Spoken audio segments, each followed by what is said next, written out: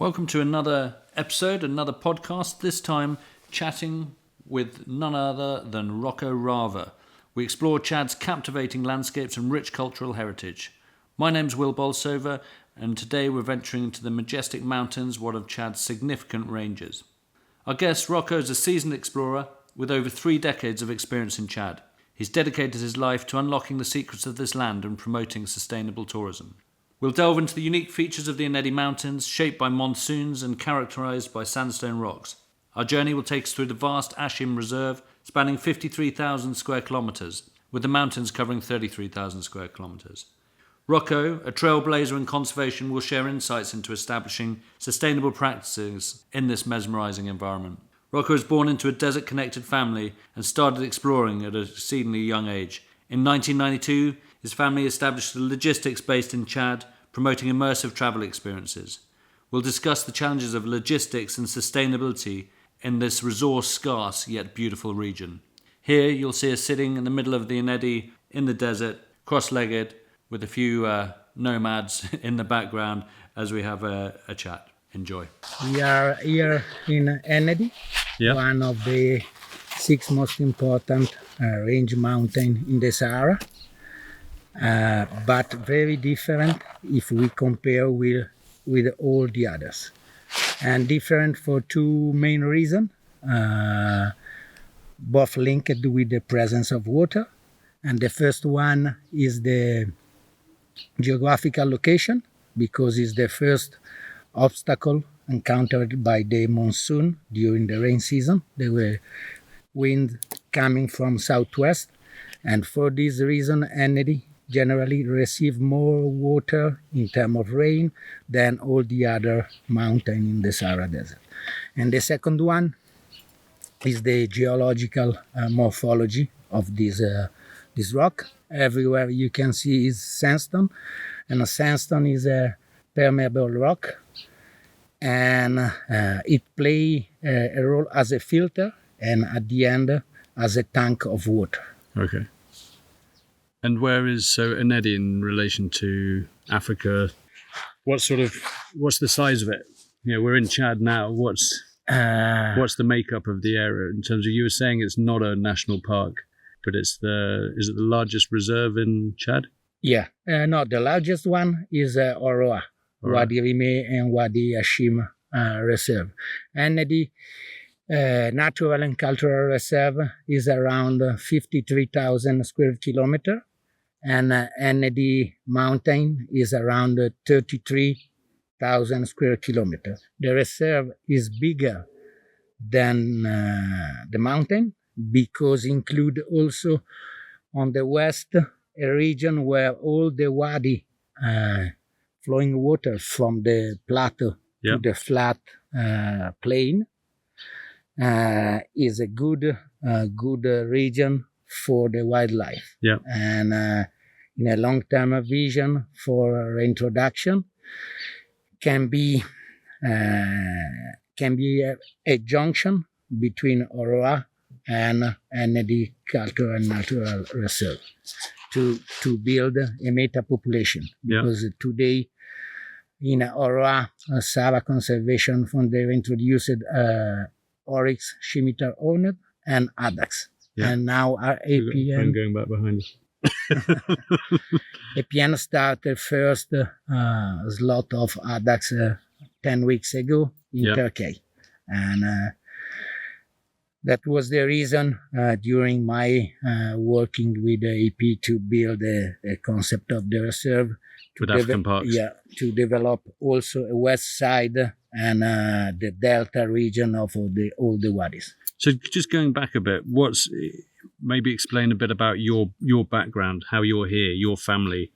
You know, in terms of, you're Italian and you're in the middle of Chad. It's a bit strange. But you're one of the sort of the fonts of knowledge of this area. You know, you've sort of been born and bred here. But how did that come about? Maybe talk us through a bit about that. Well, it's a family story, and it's a family-run business. My father and my mother, they start a first company in 1977. Starting with nomad trip in Algeria. Right, yeah. And then they fell in love with desert and they tried to develop more and more.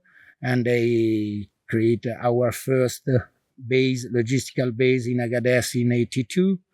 And from 91, the first good occasion to explore Chad, my father came from Niger, and in 92 we built another logistical base in Chad. And his background was? It was tourism or expeditions? No. My dad was a doctor in medicine, my mom a biologist, and my father was also alpine guide with a good skills for outdoor and very passionate on the nature. Yeah. And at the end, I think he don't like very much medicine. Yeah. And after we lived in Kenya for 2 years, right, because he has a contract as a doctor. At the end of the contract, we were back in Italy with a long trip of 6 months, crossing the Sahara Desert, and they decided to change way of life. So they went back from Kenya back to Italy. Yeah. So overland expedition. Yeah, with one Land Rover, my dad, my mom, and me. Yeah. And then they choose to change. So how old were you at this stage? How old were you? 3 years old. 3 years old. So your first expedition when you were 3? Yeah. That's pretty cool. Yeah. So what was the first time you came to Chad and Ennedi? In 92. 92. It was 31 years ago. 31 years ago. And then so around the age of 15, how old are you? So about 72. 20. So you were 20 when you first came. Yeah.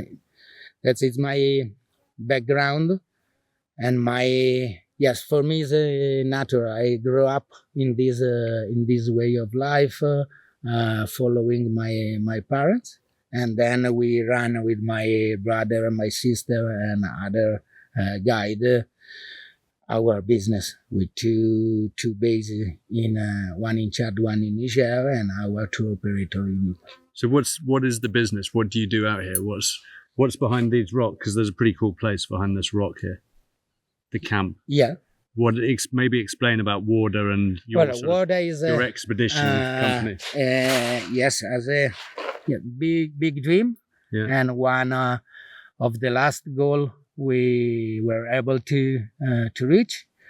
But our background was before many expedition for tourism for sure, for documentary shooting, scientific mission, and we wait a good time to build the camp, and now we try to develop this concept. It's a bit unusual for Sahara Desert. Generally, there are not many people that volunteer to do the desert, and is opposite philosophy than wildlife trip in East Africa or in Austral Africa, where usually you have to reach the spot and then wait.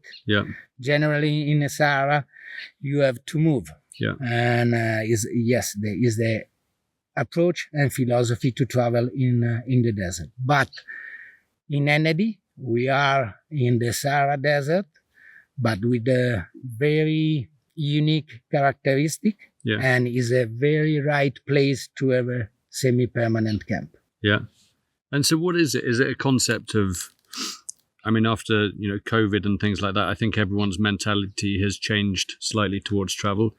We try and sort of incorporate more real travel or slow travel. Is that what you're wanting to do here? Even though, so we've been here for 5-6 nights now. We've just come back from 2 nights fly camping, which was amazing. I think we did about 420 kilometers over the last 2.5 days.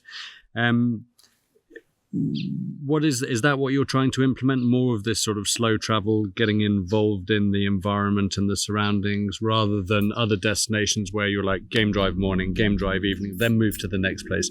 We're based here and that's it. We're in Ennedi and that's... I believe now is the only way to approach and develop tourism, but you have to know is the normal way in the Sahara Desert, because you have to be pragmatic, always check to do an individual and sustainable approach in terms of water, in terms of fuel. You have is a natural approach to travel in the Sahara, and we learn this traveling with the local people, with the Tuareg nomad in Niger, with the Tubu people in Chad, because you can see quickly if you have to live in this habitat, you have to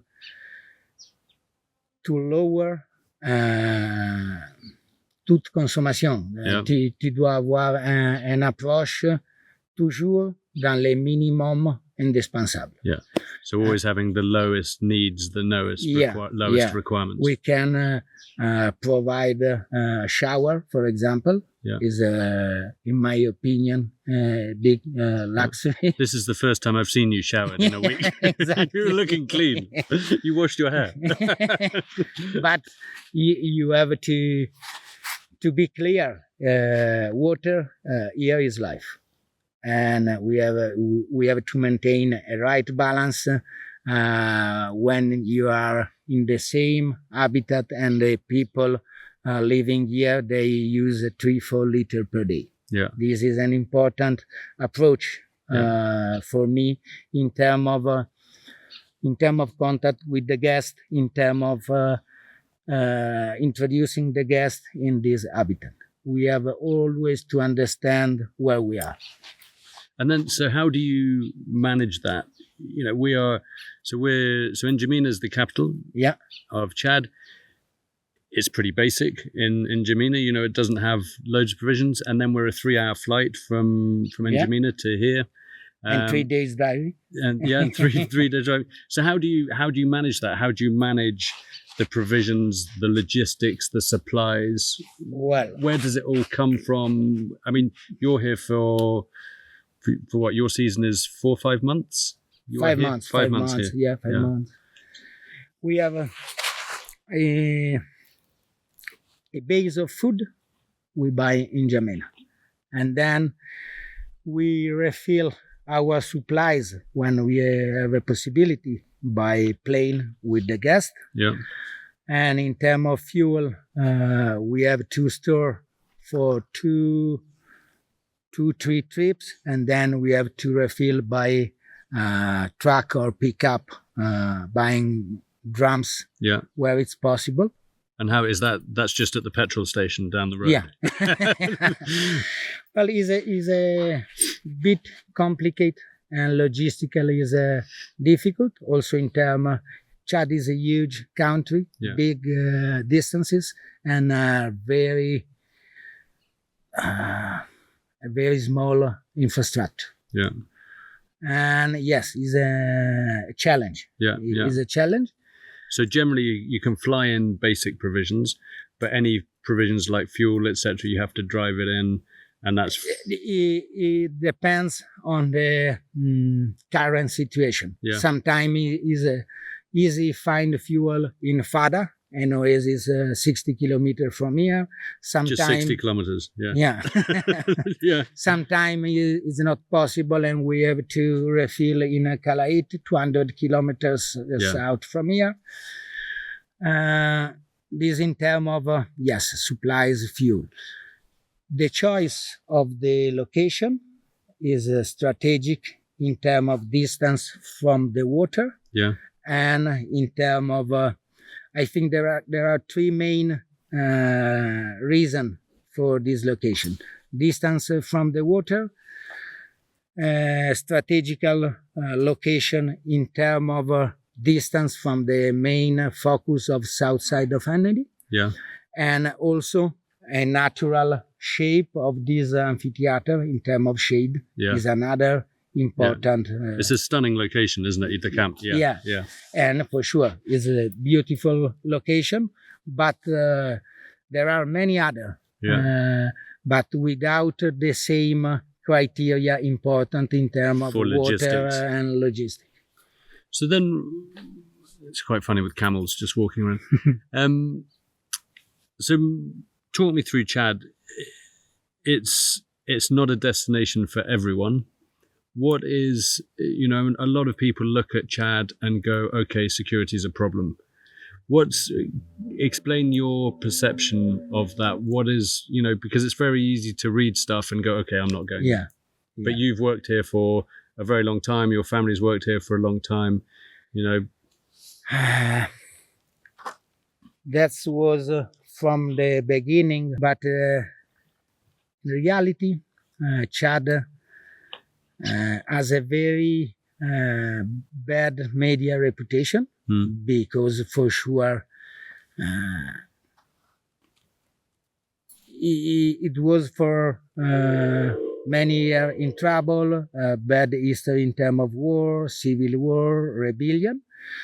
But we have to be clear because today it's for sure the safest country in all this macro region of Sahel and Sahara for different reasons. To travel in Chad, you need a permit travel, and you have to apply in 3 ministries. And this is an important procedure in terms of security because the army know always where you are. So the sun's coming in. Yeah, carry on. And the second important thing is the power of army and their engagement to patrol and to maintain a proper vigilance all around the Chadian territory. And then it's another important pillar of our travel is the network we have with our local guide is another important value for the security. At the end, I can say as a last example in terms of security, I practically every year I come with my kids, and if I come with my kids, I'm pretty sure it's a safe country. You're not going to put them at risk. Yes, we have to change also this vision and this reputation in a Western world about Chad, because it's in a difficult region, surrounded by some countries currently in a big and different trouble, as Sudan, as Libya, as CAR, and Niger. But is the only one country without any kind of accident for tourism in 30 years. And many other countries of Africa that's happened. And I trust completely the Chadian government and all the procedure we have to follow to travel here. Yeah. And then what about, I've done a lot of different areas in Africa, and I mean this in a respectful way to the Tubu here, but they're hard people, aren't they? It's a difficult, which is something that I've been really interested in experiencing here. It's they're perfectly nice and hospitable, but it's quite a different relationship and interaction than you have in a lot of they areas in are Africa. Tough people. Yeah. Tough people living in a tough habitat. Yeah. And it's difficult to have a quick, good relation. Yeah. You need time to know them and to receive from them a proper trust. Yeah. But with the time, then they are a great companion to travel in the Sahara. They are incredible guide and incredible man in the Sahara Desert in terms of endurance, in terms of performance, in terms of navigation. And yes, they are one of the, yes, for sure, the toughest population living in the Sahara. Yeah. They are difficult. Also, sometimes it's difficult to work with them. But if you need their help, they are present. Yeah. Yeah, you're pretty confident in their loyalty to you, and in when you have a relationship with them. You said they're there. They'll have your back. Yeah. When you have a relationship and good link, you can discuss in a day. You can have a problem, but if you need to be together and to approach some problem, They'll be there. yeah.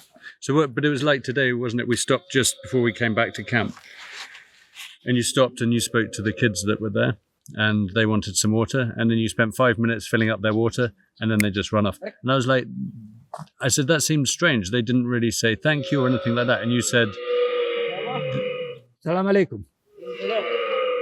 It's normal. yeah, They are they have a behavior. Embark. Mafi. Wallahi. Mafi. They have a behavior code very strong. yeah, Never show emotion. Never show your tiredness. yeah. And is the one of the few language in the world without the word thank. Without the word thank you. Yeah. Yeah. Which is amazing. It's a strange concept for Western. Yeah, sure. For us, it's a bit it's strange to understand. And another example: if you have a biscuit and you start to eat a biscuit, you have to give without. Don't ask. Yeah. If you ask why, you ask me. You eat, and me you ask if I want. Yeah. Give me. That's it. That's it. That's yeah. it. So it's quite simple. It's a simple sort of loyalty. They are very pragmatic, and if you compare with all the two main ethnicity, Tuareg and Hassania or Regibat, with a similar way of life, but yes, they are most primitive than the other, and you can see also in a culture tradition, oral tradition, handcraft. They are very, very pragmatic and straight to the goal. And that was, you were saying as well that when there was the war, Libya-Chad war, which was 30 years ago or something now, it was 81 to 87? Yeah. That it was that mentality, that mentality strength, that was why they won that war, apart from some problems on the Libyan side, but it was that sort of... Well, they are originally warrior, and this characteristic and behavior is always the same along the history. The first knowledge about Tubu is on the stories of Herodotus, 5th century before Christ. And he described there's a black troglodyte as a completely strong in running in the desert, endurance, incredible warrior, very tough. And the same for the first explorer, because they are like this. They are warrior, proud, and if they have to push, they can push to the end. To the end. So how long you showed us some great sites for rock paintings and engravings. What's the history of this area? Has that always been Tubu? Is that not difficult to know for sure? There were a lot different human movement, and generally, as everywhere in the Sahara, probably Ennedi was a habitat for different people than today, and the Tubus come. The proper Tubu are from Tibesti. from Tibesti, Now you can which find, is further north. Yeah. Yeah, and is the original tubu come from this huge range mountain, and also for them, it's difficult to explain. Tubu for us is a group of all the North Chadian nomad, Yeah. and it's the same people, but for them the Tubu living here are Goran, and the proper Tubu are only in Tibesti. And during the history, for sure, they moved south and north because the current Tubu community live between South Libya, Yeah. North Chad, and East Niger. And in Ennedi, around north side is Tubu Goran, and south side other people, as Bideyat, Zagawa, other Sahelian people. Probably the Zagawa people before, if we follow the toponomastic on the map, there are many name of geographical site in the north of Ennedi with the same roots of Beria language. Really? And probably before Ennedi was completely inhabited by Zagawa people. Okay. And so but those engravings, etc., was 6,000 years? From 6,000 before present to the Camel period, historical time, 7th century after Christ. So then, and you mentioned Tibesti. Yeah. And you may not want to talk about this, but you spent some involuntary time in Tibesti. Yeah. Some holidays. Could you talk us through that? And it was a long time ago, so it's different, but it's just quite interesting because I think that also explains your strength of relationship to this region, your understanding of the people, your contacts here, your links, and your strength to operate in this region, which I think is quite important. Maybe you can just chat through that for, tell a little story. Well, yes, I had an experience of kidnapping in the south part of Ennedi Mountain at the end of a camel expedition to reach the top of Emikusi, the highest mountain in the Sahara. And yes, I was kidnapped for 2 weeks with the 6 rebels. It was a different time. This was how long ago? 98 is so 25 years 25 years ago. I was much younger. But I remember this experience also in a human term as an interesting relation, interesting understanding of the way of life of Tubu. And I never been scared about my life. And how did you end in that position? Because you were with friends or a group, but you said, okay, no, I'll stay. Yeah, I was with a group of French tracker, and the chief of the 6 rebel would like take 2 French hostages, and I tried to negotiate with him because explaining I'm the chief of my side, you're the chief of your side, please leave my guest. I'm the chief of the expedition, they are tourists in holidays, and he accept this compromise. And for me it was very important because I prefer go in action with them, saying can be a tough experience, but manageable. Because I was usual to walk with in the desert with camel. And if the hostages are my tourists, for sure it's more difficult for me to manage the situation. And fortunately, in the same trip there is a second guide, and the second guide he took care for the other tourists, and then and you just went walking for 2 weeks. We walked for 36 hours to find a good place to hide and to wait with a spring of water not too far. And then, yes, we wait, we talk, we wait, we talk, we wait. And after 2 weeks, very early in the morning, we were around the fire waiting for the tea. And the battle started because there was a military intervention. Oh, Chadian army. Yeah. Strong but very well managed with a Very well organized and good managed. technique.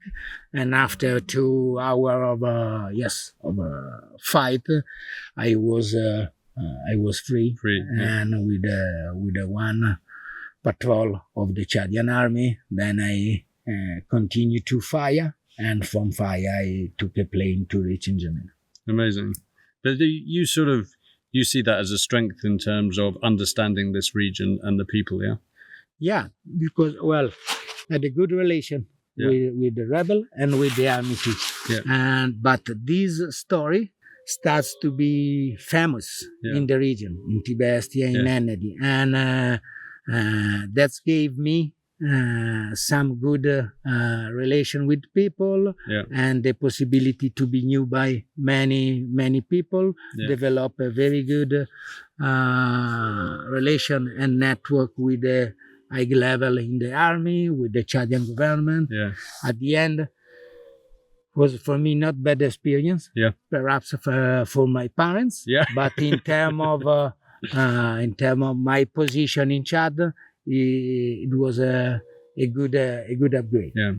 So just to finish, what are your hopes for Ennedi and Chad? What do you want to see in the next sort of 5-10 years, whether it's for your business or for Chad? What do you think is possible? Well, firstly, a general stability in the world, and closer, in the world, because we are in a very scaring moment. In my feeling, and local stability with not too much problem around, to be able to have a quiet, long moment and develop a sustainable tourism, as we did and as we do now, but trying to develop more and have a possibility to show this incredible place to more people than today. Because we're still in a very wild place, and I think this is unusual. It's difficult to find today a very wild place without many infrastructure and logistic. And I think it's a paradox. We would like to develop more, but at the same time have a good management and good balance to maintain this incredible habitat and a feeling that we can have here. And it's got to be the right people as well, hasn't it, coming here? It has to be the right profile of clients, because it's not for everyone. But the privilege to be here, and as you've shown me and the others over the last week, is really in the surroundings and the experience and that slow element of travel, isn't it? We've done a couple of nights here, or 3 nights here, and then 2 nights fly camping, and we've seen a lot in 2 or 3 days. And I think that's what was impressionable for me was seeing those different areas and the remoteness, and there's no one here. It's a real privilege, isn't it, to have access to all of that. And you can imagine it's a small section of Ennedi, and we can explore and propose many different approach, many different itineraries.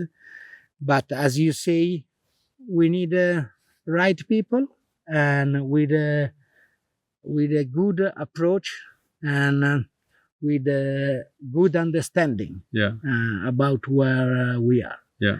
Because it's easy also lose a good vision. When you fly from N'Djamena in 3 hours, you are here, 1,400 kilometers. I think it's very important to appreciate in a right way this place have an understanding how we are in a remote place, how we are to approach this region. Yeah. Perfect. Well, I think it's that time for a beer, isn't it? Yeah. But thank you very much, Rocco. Thank Cheers, you. buddy. And thanks.